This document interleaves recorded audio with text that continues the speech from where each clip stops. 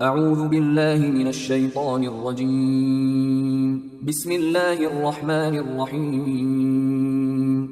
سورہ عنکبوت آیات نمبر 63 تا 69 میں بیان کہ اس دنیا کی زندگی تو بس لہو و لہب ہی ہے، اصل ٹھکانہ تو آخرت ہی کا ہے، سو جس کا وہ اچھا ہوگا وہی کامیاب ہے۔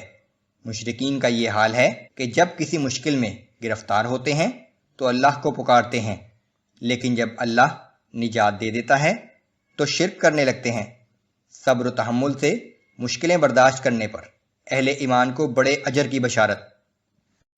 اعوذ باللہ من الشیطان الرجیم۔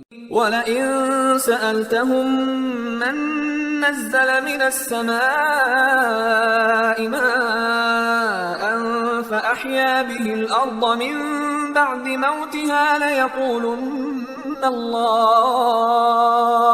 قُلِ الْحَمْدُ لِلَّهِ۔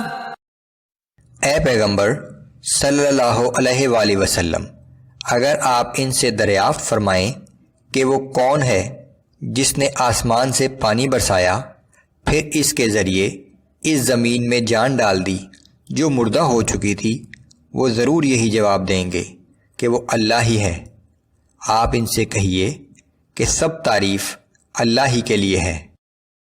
بل اکثرهم لا يعقلون۔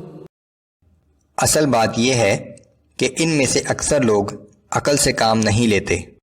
وما هذه الحياة الدنيا إلا لهو ولعب وإن الدار الآخرة لهي الحيوان لو كانوا يعلمون۔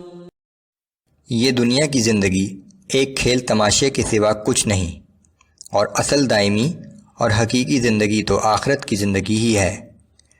کیا اچھا ہوتا کہ یہ لوگ اس بات کو سمجھ لیتے۔ وہ تمام اعمال جو محض اس فانی زندگی کے لیے کیے جائیں، ان کی مثال کھیل تماشے کی سی ہے کہ جب تک اس میں مشغول ہیں لطف اندوز ہو رہے ہیں، جیسے ہی کھیل ختم ہوا سب کچھ جاتا رہا۔ اسی طرح دنیا کے لیے کیے گئے اعمال کا فائدہ بھی صرف اس چند روزہ زندگی ہی میں حاصل رہے گا۔ البتہ وہی وقت اگر کسی ایسے عمل میں لگایا جائے جو آخرت کی زندگی میں فائدہ دے تو اس وقت کو دوام حاصل ہو جاتا ہے، کیونکہ ان اعمال کے صلے میں آخرت کی زندگی میں حاصل ہونے والی نعمتیں ہمیشہ ہمیشہ باقی رہیں گی۔ فَإِذَا رَكِبُوا فِي الْفُلْكِ دَعَوُا اللَّهَ مُخْلِصِينَ لَهُ الدِّينَ فَلَمَّا نَجَّاهُمْ إِلَى الْبَرِّ إِذَا هُمْ يُشْرِكُونَ۔ پھر جب یہ لوگ ایک کشتی میں سوار کسی مشکل میں گرفتار ہوتے ہیں تو خالص اللہ ہی پر اعتقاد رکھ کر اسے پکارتے ہیں، پھر جب وہ انہیں بچا کر خشکی پر لے آتا ہے تو یہ فوراً ہی شرک کرنے لگتے ہیں۔ لِيَكْفُرُوا بِمَا آتَيْنَاهُمْ وَلِيَتَمَتَّعُوا فَسَوْفَ يَعْلَمُونَ۔ جس کا حاصل اس کے سوا کچھ نہیں کہ جو احسان ہم نے ان پر کیا ہے اس کی ناشکری کرتے ہیں۔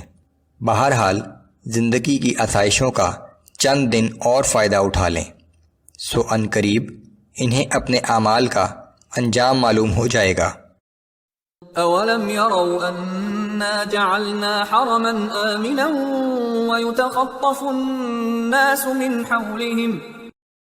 کیا انہوں نے دیکھا نہیں کہ ہم نے ان کے شہر مکہ کو امن اور پناہ کی جگہ بنا دیا ہے، جبکہ انہی کے قرب و جوار کے لوگوں کو لوٹ کر قتل کر دیا جاتا ہے۔ افبالباطل یؤمنون وبنعمت اللہ یکفرون۔ کیا اس پر بھی یہ لوگ باطل معبودوں پر ایمان لاتے ہیں اور اللہ کے احسان کی ناشکری کرتے ہیں؟